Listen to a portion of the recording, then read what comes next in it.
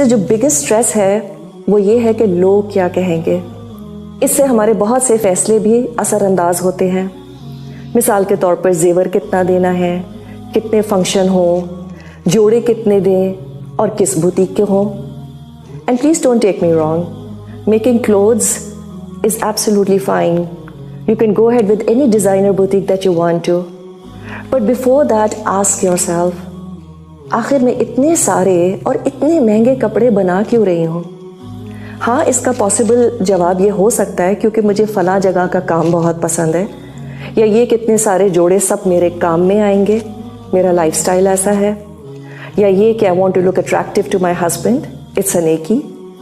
और इसके साथ if you can afford it then there is absolutely no issue.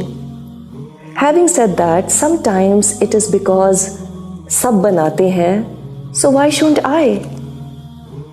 रिश्तेदारों का पहला सवाल बच्ची से ये नहीं होता कि बेटा तुम खुश हो कि नहीं, बल्कि ये होता है कि कितने जोड़े हैं और कहाँ के हैं।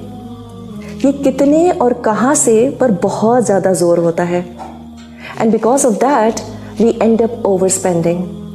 और अक्सर खर्चे इस नीयत से या तो इसराफ हो जाते हैं या तकदीर हो जाते हैं, एक्स्ट्रावेगेंस है या फ्लॉन्टिंग है।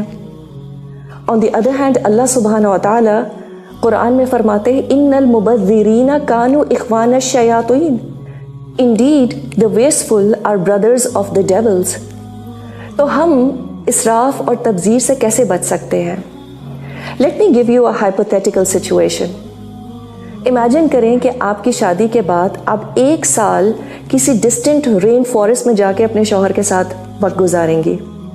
अब मैं ये 1 साल इसलिए कह रही हूँ क्योंकि आम तौर पे हमारी शादियों की प्रेपरेशन ऐसे ही होती है जैसे कि विद इन अ ईयर फिर से बाज़ार जाके कुछ ख़रीदना शायद बहुत बड़ा गुनाह हो जाएगा।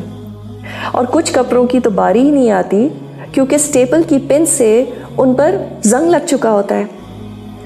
सो if no one but your husband will get to see you, और हो सकता है एक आध कोई फैमिली मेम्बर आपको विज़िट भी कर ले, तो क्या इतने सारे कपड़ों की ज़रूरत होगी?